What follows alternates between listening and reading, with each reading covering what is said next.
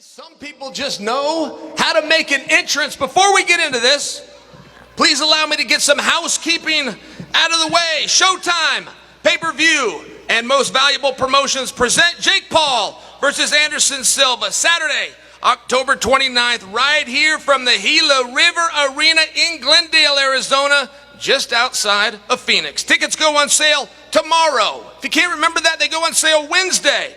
If you can't remember that, on September 14th, tickets are available only at Ticketmaster.com. Paul versus Silva pits international superstar and serial risk taker Jake the Problem Child Paul versus UFC legend and professional boxer Anderson the Spider Silva.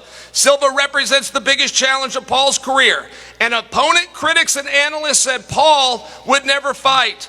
Paul versus Silva is going to be the biggest challenge of Paul's career. So you always want to go through your notes because sometimes you get the same thing put in there twice. Now I've got to tell you this bout, and this might be the most important part. This is going to be contested. Boxing rules, catch weight of 187 pounds over 8 rounds. This will be available on pay-per-view, cable and satellite, and streaming on the Showtime app via showtime.com/PPV and internationally on Fight TV. Now that we've got that done, can we get down to a little fun? Guys, I've got to tell you, when I brought them out, I said the favorite, Anderson Silva, and I talk about the underdog, Jake Paul. Those numbers matter to me. I want to do a good job up here. Ariel's not here. I'm filling in. Got to have my thumb on the community. Chael, you're doing a great job, man. You're like an encyclopedia of information. Very sweet of you. And Anderson, would you like to pay me any compliments? All right. I appreciate that, but you know what? I love to know what you guys are thinking too. And fighters up here, we're all going to tell you the same thing. We're going to tell you we don't care what they say on social media, but in our hearts, we care. It matters. We hear it all. We try to put on a tough face. The things I was seeing on social media, and I juxtaposed that against the line. The line at one point had Jake Paul a favorite 2-1. Within 24 hours, Anderson Silva was the favorite 2-1. Right now, when you betting aficionados don't think you have to correct me, it is as close to even money as you can get. -153 plus 110. This thing is dead even. The comments online versus people that are parting with their hard-earned money. This is very fascinating. Now, Jacob, I may start with you. This is not a match that's 3 months away. This is not like most announcements. You guys are fighting on October 29th. I looked at my calendar this morning. That's in 5.5 weeks. So this isn't about how are you going to train. It's about how are you training, how is it going, and what do you have prepared for the Spider? Man, I'm feeling so good. Obviously, I had 2 fights where my opponents backed out this whole entire year. So I've been in training camp basically the whole entire year. So I'm feeling really good, in shape, ready. If the fight was this Saturday, I would be ready. But October 29th, like you said, it's going to come up fast, and this is one of the shortest training camps we've ever done, but I'm prepared, man, and super excited to get in there, and the pre-sale tickets are live now, guys, so if you got, someone already said he already got their tickets. I just want to make a PSA for my fans out there that these are going to sell out fast, so if you want to get the pre-sale tickets, use the link at Ticketmaster and use the code BETTER, because they're going to sell out fast. I want you guys to be able to get good seats for cheap. And Anderson, the way this was presented through the media is as though this was a surprise. This was a last-minute fight for you. I follow everything you said, and I have for 20 years. And many times you will say, don't worry about the opponent. I just focus on my training. So when this call and when this opportunity came, the rumors were out there and this was dangled. Was this something that you were already preparing for? So, yeah, I continue training hard every day in my life. I never stop. Now my focus is only in boxing. I help my kids train in Muay Thai and kickboxing, Jiu-Jitsu, but my focus is only in boxing. And Robson Conceição is the Brazilian champion fight this week and come to help me. A lot of friends come to Brazil to help me. And I don't stop training, you know. I keep my training every day, and I feel necessary to respect my fans and continue training every day, you know, and I never stop. Guys, I got to tell you all, we were in LA yesterday. We got a packed house. We're turning fans away around the block. There was a group in the back. They were what we would call hecklers. They were trying to give Jake a hard time. But guess what these hecklers were doing? They were begging him to fight certain opponents. They were in the back throwing out names. Jake, fight this guy. Jake, fight that guy. And now we hear rumors. It could be Jake with Diaz. There's rumors if Anderson gets the jump on Jake, Anderson goes into Logan. I'll start a rumor now. If Jake gets the jump on Anderson, he takes on Anderson's son. Now, we'll see where all of that goes. But what I do want to ask you, Jake, is when you were trying to break into this community, when you were doing everything you can, when you're exposing yourself and showing them, I am one of you, and they come in and they begin to beg you to take on certain opponents, how does that make you feel? Payday. Payday. They want payday. Hey, but you know, that's the name of the game. People want to see me lose, and that's what I've built my career off of. So, you know, I get it. I get the hate, and I've just had to establish myself, work hard in the gym. And I've been fortunate because I went to the doctors, and they said I had an enlarged moose knuckle for a fist. So I've just been knocking everyone out, man, and it's might be scientific because of the way I was born. All right, guys, I can actually see his knuckle. It is actually a moose knuckle. Yeah, I believe that. You don't want to get hit with that thing. Let me share something with you guys. I was thinking about what Jake is doing. Young man in his 20s, getting new in the sport, going to go fight one of these legends. I put myself in his shoes, right? The golden rule of life. If I was his age and I was going to do that, I would have had to stand opposite of Iron Mike Tyson. Anderson Silva, if he was to do that when he was 26, he would have had to stand opposite George Foreman. And Anderson, I just want to know, have you thought about it from that perspective? The risk that Jake is taking, the courage that he's having to show, you would have had to fight Foreman, just to put it in perspective. Wow. Yeah. That's the good question. But I think, what do you think, Jake? Nah, I mean, this could be a changing of the guard, or you could win and, you know, silence the kid that everyone wants to be silenced. So I do think this is iconic in that sense, and you're a fucking legend, bro, and you're good as shit. So it's gonna be a tough fight. It's gonna be a tough fight. Yeah, absolutely, it's a tough fight. But guys, listen. First of all, I need to say thank you for everybody to come. You know, it's a hard job for everyone, and Jake make a hard job. Chael too, everybody involved in this fight, and I promise I go do my best for make a good show for everyone here. You know, guys, if we were to use history as our greatest trajectory to the future, I can remember about a year ago, in fact, Jake was on the card as a matter of fact, but Mike Tyson came back. I want to say he was 53 years old. Oscar de la Hoya starts talking about the same thing. People love to bring up the night that George Foreman, who I invoked earlier, won a world championship as 50. There was something significantly different. All of those athletes left the sport. They walked away. They weren't even going to events, let alone training. They didn't have kids that they were bringing up. They didn't still have goals of their own. That is not the situation with Anderson Silva. The man has never left the sport. He has never left the practice room. He got the jump on Chavez Jr. in Chavez's hometown. Now, you got to really whip a guy. We know the rules of boxing. You want to win a decision in a guy's hometown. Anderson, if you were to be victorious, if the odds makers have it right and you beat Jake Paul, and you're to look at what that sets you up for or where that moves you, what do you see? Wow, you know, after the fight with Jake, I have to go to Dubai because my jiu-jitsu coach is there, and I go start training for my next challenge. You know, I go fight the jiu-jitsu tournament in Dubai, but my focus now is in this fight because this fight is very important for every single new generation, in my generation too. Why? Because I believe in one thing. You love something, you can do anything. You believe in yourself, you can do anything. That's I'm here today, you know, because I never stopped to believe in myself. And that's amazing because I come with this kid, you know. I have a picture with this kid when I baby, you know, and now I'm here with him, you know. I'm so lucky because I continue to do my best. All right, Jake, when you walked out yesterday, we were in California, one of the first things that you said to this audience is you said, this is surreal. I look around, I see the cameras. I can't believe I'm here. My dream is coming true. I got Anderson on the same stage. It's now the second day. More experience. Day closer to October 29th. As the reality starts to set in, are you still in awe or are you finding a motivation to beat this man? Yeah, no, definitely.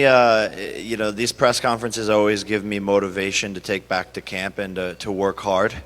But it is surreal. You know, when I was standing on stage with them, recreating the picture with my brother yesterday, I almost flashed back to the moment when I was a kid.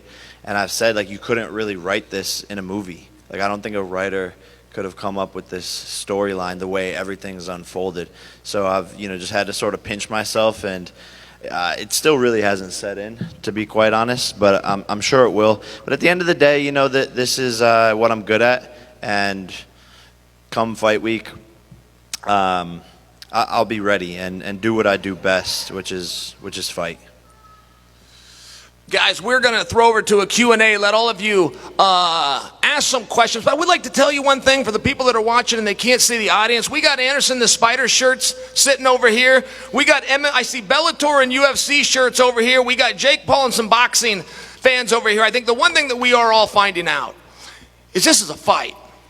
It's not about boxing. It's not about MMA. We could do it under EBI rules. He knows something called folk style rules. Doesn't make a darn bit of difference. A competition's a competition, one-on-one. And I just want to pay you guys credit. I see that the fight fans are coming over. Guys, before I turn Anderson, do you have something to... No, I just... Oh, a little... You're throwing a hello. All right. Got to make sure, you know. The Spider wants to talk. You got to let him talk. Guys, we do have something very exciting. Before we move to the audience questions, I'd like to introduce very special guest. We got a young man, he's been boxing since he was the age of 4. He is now 13. He's had 75 amateur boxing matches, aspirations of representing this country in the Olympic Games. He reached out. He wanted to know if he could meet Jake Paul today. That was his only question. Well, he and his 6-year-old brother have been following Jake Paul for virtually their entire lives. I don't think they were expecting this stage, but here we go. Please welcome 6-year-old Adonis and 13-year-old King David Garcia.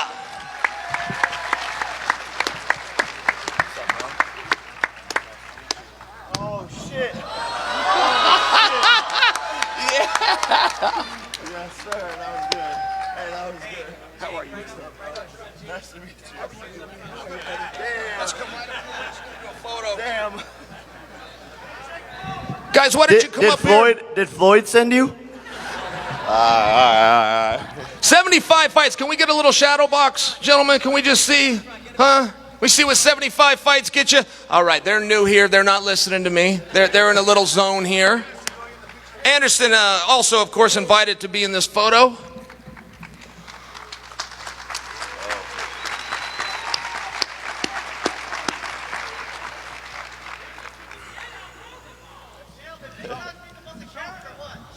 Yeah, let's see that some happened. skills.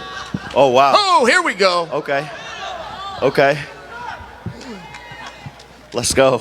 Hey, Nikisa, you see this talent? Most valuable promotions, okay? Hands look good, but how about the footwork for the two brothers? Let's give it up for them, guys. I must tell you, old Chael came here with a lot more to say, but I've never been interrupted more in my life. You guys are raring to go. You guys are ready to ask your own darn questions, and we got to give the audience what they want. Let's throw it over to you. Question number 1. Any questions from the media? Questions? There's a question right here. Okay, over here. Go ahead, state your name and your media outlet. What's up, guys? I'm Dylan Rush with Fight Club. This one's for Jake. Typically, fighters bring in training and sparring partners that may emulate the style of their upcoming opponent. With Anderson's awkward, sometimes erratic striking patterns, how has your training regimen differed, if at all, than your previous camps? Look, I always train like I'm fighting the best person in the world. We don't cut corners no matter who the opponent is. You never know what your opponent's going to bring to the ring, and you have to be prepared for the hardest test of your life. But we have a bunch of southpaw sparring partners in training camp who are doing their best to emulate his style. Obviously, it's super unique, but all of my fights pretty much have been up against MMA guys, so I'm sort of used to that differentiated style and different combinations and bigger punches and the unorthodox style. So I've always sort of been training for that. Next question, please. Richard Sines, Fox 10 Phoenix. This one's for Anderson. Obviously, everybody's talking about the risk he's taking stepping into the ring with someone like you, but what about the risk that you're taking? Because, you know, if you lose, it's definitely a mark on the legacy and the career that you've had. Listen, everybody talking about that and say, oh, why you go fight with this young kid and it's not a real fighter or blah, blah, blah. It's not about lose or win. It's about how much I love this and how much I can continue doing this with the new generation, you know. And I don't think so. I go loose, but I'm loose. I don't think this go affect my legacy or something in my career. Definitely not, because everything is there, you know. And then one more thing. This is the proof I continue to do everything I do, because this man take me to the best fight in my life, you know, and beating me for 5 rounds and destroy me for 5 rounds. And I continue here because I love, you know. Nobody fight with chael for 5 rounds and survive. And I'm lucky because I survive and I continue here. You know, I'm so happy. I'm a lucky guy. And Jake, do you have a side bet? I know he doesn't like tattoos. You were talking about the spider tattoo. But so. Come on, stop. I'm gonna come up with one fight week. So stay tuned for fight week. I'll have No. I haven't thought of it yet. No. Stop about tattoos, bro. Stop it. Just a bet. We'll come up with a simple bet. Just No. something fun, like I don't know. It could be anything. Like Because you're younger than me. You can't do anything. I'm not. Just stop. Stop. All right, now, Anderson, you do understand, he's not saying you have to get a tattoo. He's just telling you if you beat him, he will get a tattoo. I just want to make sure you understand that. I know you're my You're friend, just bro, but anti-tattoo. You don't Okay. need to put in the tattoo, but you like to put in the tattoo. Just I was thinking about getting a spider tattoo, anyways. all right, okay. But you know what? I think the better is you put on the picture between me and you and your my brother. God, get that That's tattooed? amazing. Yeah, That's that's amazing. That'd be crazy. No, it's not crazy. It's amazing. Yeah, no, You it would be cool. You know, That's I what I'm take the saying. picture. I take the picture and put it in the frame in my house. Yeah. Wow. My dad is digging. You signed an autograph for me too, and it's you did it with a pencil, and it's somewhere in my room. And so my dad is like trying to find the autograph. So I would make a frame too, like a boxing glove, the old autograph, the new picture, the old picture. It's gonna be Nice. iconic. Great. You need to send me the new picture. I got you. All right, perfect. I've got it. I can help out with that. It's actually floating around social media, but if you haven't seen, it's actually quite interesting to see from. I don't think it's actually quite Anderson goes on. interesting. I don't think Anderson. Do you go on Instagram a lot? Yeah, I go a lot, and I follow you, man. Come on, I start follow you. You and your I'll follow you back. and I stalk you. I start stalk you. All right, guys, I got to ask you a question for me. We'll get right back to the media. But there has been a lot of talk this week. Please, if you can allow me to interrupt. There's been a lot of talk about this week, and I hear Nate Diaz's name being thrown around as it pertains to Jake. But there's 2 ways this fight can go. And Anderson, I'm just wondering from you, if you get the win, would you be interested? MVP will promote it. Showtime will be in conjunction. But would you be interested in Nate Diaz? Wow. You know, I respect both. You know, I think the guys do an amazing job. I respect both. But my focus now is in this fight and to my tournament in Jiu-Jitsu in Dubai. And we'll see. Everything is possible, you know. Over here. Shaheen Ashadi with MMA Fighting. Jake, I'm just curious. There's a lot of talk this week or around this fight of this is surreal. You know, you were a fan of Anderson. We've talked about the photo. I just wonder if you went back and told that 14-year-old version of yourself, or however old you were, that dude, you're gonna be fighting Anderson freaking Silva one day. What would that guy think? He wouldn't believe it, you know. He wouldn't believe anything that's transpired over the last 8 years of my career. You know, where I'm from, you're not supposed to be on this stage right now doing any of the things that I'm doing. You know, where I'm from, success isn't really a thing. You know, it's really it's an environment where you grow up, you go to college, you get a 9-to-5 job, and then you get married and then live the rest of your life there. So, man, it doesn't make any sense. And this whole entire journey, I've just set dreams for myself and woke up every single day and just worked hard to accomplish them. That being said, I mean, it is all surreal, I would imagine. But when you were with this man yesterday, you looked him in the eyes of that stare down. What did you see? So yeah, he's really nice up here, but when I got in the stare down, he's got the killer mindset. Bro, it was a different Anderson that I was looking at for sure. And every fighter has that, right? You know, you could be as cordial as you want, but as soon as you get punched in the face, we're dogs, and that's what made him a champion. You know, he's not to be fucked with. He's a killer, and so don't let our camaraderie fool anyone here. Because we can be cordial outside of the ring. Like I said, we both respect each other. I just followed him on Instagram. I've never followed a fucking opponent before on Instagram. But as soon as that bell rings and we punch each other in the face, all of that goes out the window, and it's going to be a war. Next question.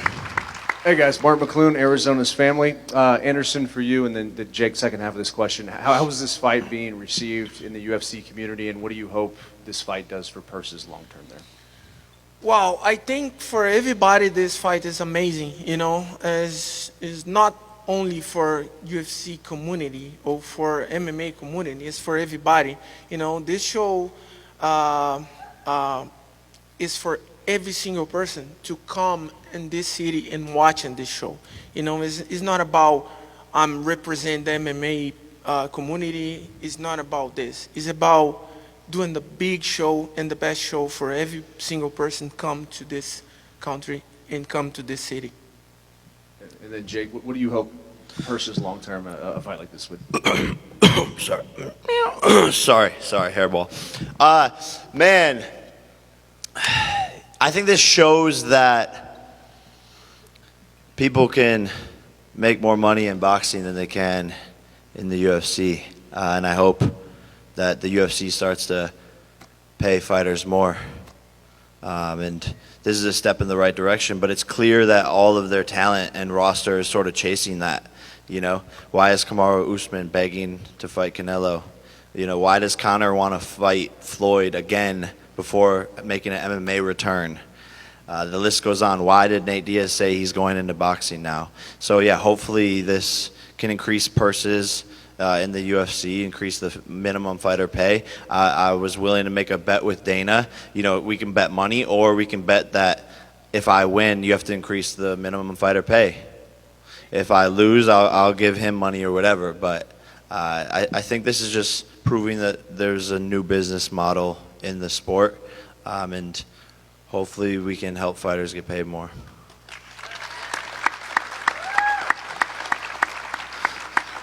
In the front, please. Hey Jake, this is Jordan Conradson with Gateway Pundit here. I wanted to ask you a question more related to your social media presence. So you said you're the guy that everybody wants to silence. Obviously they can't when you have millions of followers on social media and an undefeated record in the ring. What do you think of attempts to censor Americans by big tech companies and the current occupant of the White House? That was a little. Yeah, no, it was an interesting question. I think it's a good question. I think the state of our society is in a really interesting place, and a bad place at that. Simply put, man, I don't think there should be censorship, right? Freedom of speech, Second Amendment, and the fact that these privately held companies can just take someone right off of their platform is fucked up. And the scary part about it is even speaking up against them, like I am currently doing, could get me censored. So we really don't have real, true freedom of speech anymore, which is scary. And personally, you know, you just seen Mark Zuckerberg admit to it live on Joe Rogan. So, and the news wasn't really talked about. So, all of these media platforms have controlled narratives by people who are paying them in their pockets. And then Anderson, I know you came from Brazil. You supported President Bolsonaro. Did you ever think that coming to, did you not? No? Continue. Did you ever think that coming to America, you would see censorship of freedom of speech? Okay, so the first of all, I'm no support the police system, you know, and I come to live in this country 12 years ago with my kids, and because my sport give me this, open this door for me. Now I live here and I try to do my best every day to prove why I'm here. I think the people is something that think something wrong about me, because that's I talk to my kids every day. Now you live in United States, but you don't born in United States. When you come here, you need to prove why you're here, why you come to this country. You can't come here. You have a whole support. I'm working hard. You have a school. You have everything. You can not do your best, and that's I continue to do my best to prove why I'm here in this country. You know, I can't come here and do nothing, come loser. You know, because I take the space for the other people, the people born here, and that's I do my best every day. But I don't support the government because I don't believe this is a good thing. You know, the one guy one day maybe I support is chael when it comes to president. Yes. Very sweet. That's a good vote, Anderson. Thank you. Next question. Hopefully of a little lighter subject. But we got some fight fans out here. Sharp-dressed man in row number 2, please. Blake Beasley, Tunnel Vision Sports, and I have a question for Jake and then following for Anderson. Jake, you clearly have a lot of admiration for Anderson as a fighter. Is there any other legendary fighter you'd like to see in the ring someday? Mike Tyson. That'd be crazy. Yeah, and I have so much respect for him. He's another one of my idols. And I think he said he wanted to do the fight, Mike. Where you at, bro? You said it on Jimmy Fallon or Jimmy Kimmel or one of the Jimmys. So let's make it happen. And then Anderson, there's a 22-year gap between you and Jake. How do you think your experience will play into this fight? Well, I think the age is on the numbers. You know, I think my experience go help me a lot to doing my job inside the ring. Hey, all right, guys, it's that time. We're going to clear them out of the way. We're going to face them off. Thank you all very much. We will see you on October 29th.